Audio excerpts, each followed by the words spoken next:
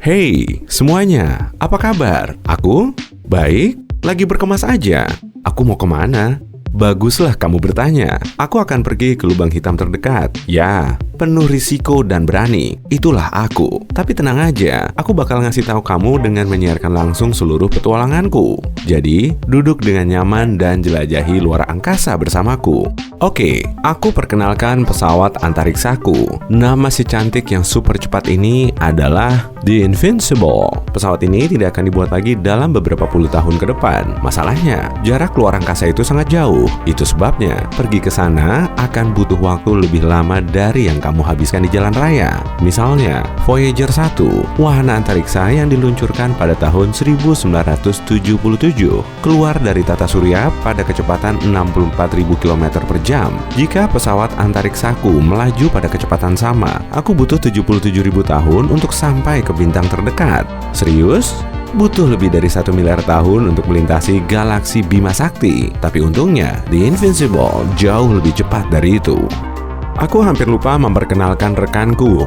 Maaf, Liam. Liam adalah robot dengan kecerdasan buatan. Itu sebabnya aku berharap banyak kepadanya. Akan ada seseorang yang bisa kuajak bicara sepanjang penerbangan. Dan dia bisa membantuku jika keadaan menjadi sulit. Sekarang, ayo mulai perjalanannya. Kita mulai. 3, 2, 1, meluncur. Wow, bumi semakin mengecil setiap detiknya. Tidak terasa pesawat sudah berada 321 km di atas permukaan bumi. Karena ini siang hari, aku bisa melihat jelas danau-danau besar bersinar terkena cahaya matahari. Ya ampun, aku baru melihat sesuatu bergerak di kiri pesawatku. Mungkinkah itu benar? Itu stasiun luar angkasa internasional. Kamu tahu stasiun ini adalah objek tunggal paling mahal di dunia?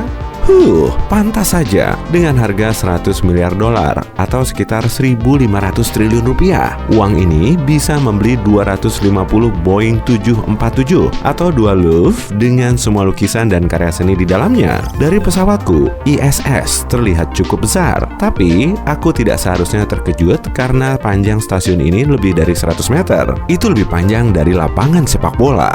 Tapi aku tidak sempat mampir, lubang hitam memanggilku. Sekarang, aku sekitar 2000 km di atas permukaan bumi, dan aku mulai melihat satelit di mana-mana. Dari yang kubaca, ada satelit yang terbang rendah dan terbang tinggi. Yang terendah berjarak kira-kira 2000 km dari bumi, yaitu jarak 4,5 Grand Canyon. Yang tertinggi mencapai 35.000 km ke luar angkasa, hampir sama dengan keliling bumi, yaitu 40.000 km.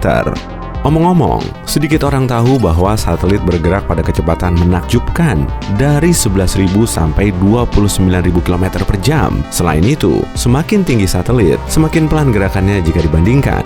Misalnya sistem satelit GOES yang mengamati cuaca, mengorbit bumi sehari sekali pada jarak 35.400 km dan mencapai kecepatan maksimum 11.300 km per jam. Sementara itu, ISS di orbit bumi rendah bergerak lebih dari 27.000 km per jam dan berkali-kali mengelilingi bumi per hari. Satelit sudah tertinggal dan pesawat antariksaku sudah membawa aku dan Liam ke bulan, sekitar 390.000 km dari bumi. Itu jarak yang kamu tempuh jika kamu mengelilingi bumi 10 kali berturut-turut. Dari sini, bumi terlihat seperti bola biru kecil yang bergantung di antah berantah. Selain itu, dari pesawatku, aku bisa melihat jelas bahwa bulan tidak bulat sempurna. Bentuknya lebih seperti, seperti telur. Wow.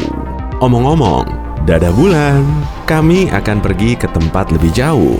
Aku melihat Mars, Jupiter, Saturnus, dan Neptunus lewat dengan keagungannya. Lihat, ada Pluto yang dulu planet, tapi kemudian dicoret. Dari sini, bumi terlihat seperti bintang kecil yang semakin pudar saat aku menjauh. Tunggu, apa itu? Suatu objek mendekatiku pada kecepatan tinggi. Mungkinkah itu Tesla? Wah, hampir aja. Objek itu menghindari tabrakan di saat-saat terakhir. Dan semuanya terjadi terlalu cepat untuk dilihat jelas. Tapi aku cukup yakin yang baru saja kulihat adalah Tesla.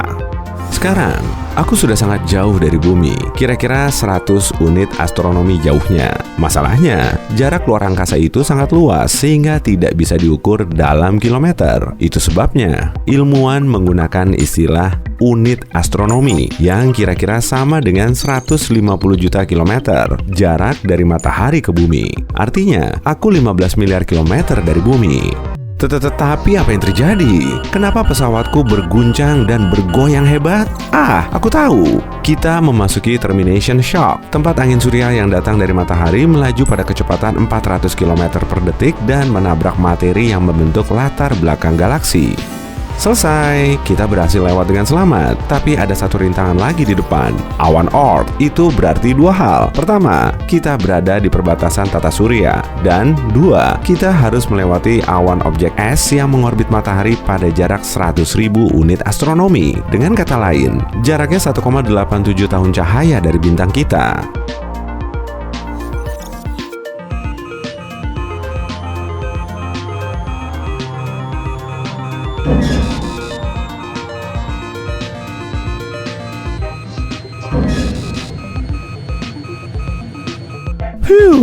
Ini pasti hari keberuntunganku karena kita melewati awan Oort dengan hanya sedikit goresan di badan pesawat. Dan voila, kita keluar tata surya hanya 1/10 tahun cahaya kemudian. Omong-omong, jika kamu mencoba mencapai titik ini dengan mobil, perjalanannya akan butuh lebih dari 19 juta tahun. Dan meskipun kamu naik salah satu pesawat antariksa tercepat yang ada sekarang, New Horizons NASA, kamu masih butuh 37.000 tahun untuk menyelesaikan perjalanan. Bawa banyak bekal makan siang ya.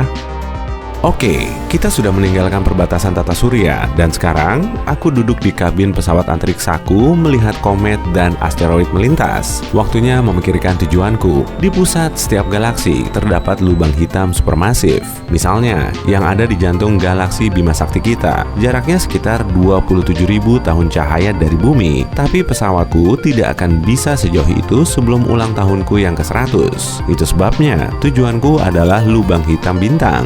Paling dekat ke bumi dan ukurannya lebih kecil, tapi sama misteriusnya. Ini V616 Menasrotis atau V616 Mon. Jaraknya 3.000 tahun cahaya. Beratnya kira-kira sama dengan 9-13 matahari kita. Lubang hitam adalah tempat menyeramkan di mana hukum fisika yang kita pelajari di sekolah berhenti berfungsi. Jika bintang besar kehabisan bahan bakar bintangnya, bintang itu menjadi sangat padat dan jatuh karena beratnya, runtuh ke dalam dan membawa serta ruang dan waktu. Akibatnya, medan gravitasi objek baru ini menjadi sangat kuat sampai tidak ada yang bisa lolos dari sana, bahkan cahaya sekalipun. Sekarang, kita mendekati lubang hitam, dan tak lama lagi, aku akan mengirim Liam untuk menjelajahinya dari dalam. Aku akan berhenti di horizon, alias point of no return, dan kamu mungkin bisa menebaknya kan? Begitu melintasi garis tak terlihat ini, suatu objek tidak bisa kembali meskipun berubah pikiran.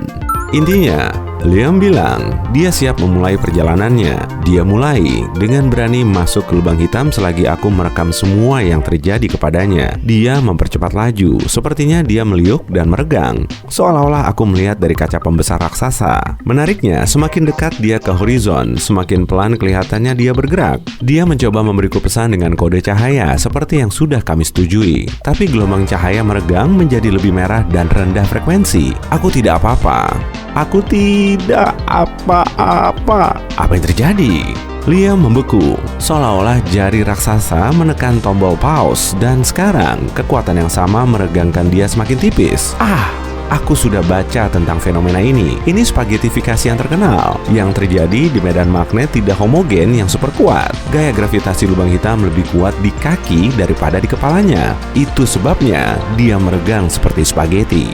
Selain itu, sensor menunjukkan bahwa Liam semakin panas, lalu hilang. Dia menghilang begitu saja, dan aku tidak bisa melihatnya lagi. Tapi karena aku sudah melakukan riset sebelum perjalanan ini, aku tahu Liam berada dalam kondisi jatuh bebas dan tidak merasakan lagi peregangan, radiasi panas, atau gravitasi. Sayangnya, sambungan terputus, dan dia tak bisa memberitahuku apa-apa tentang bagian dalam lubang hitam.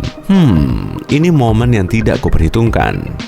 Intinya, semoga kamu baik-baik saja di sana temanku, dan kurasa aku akan pulang untuk mempersiapkan penjelajahan luar angkasa berikutnya.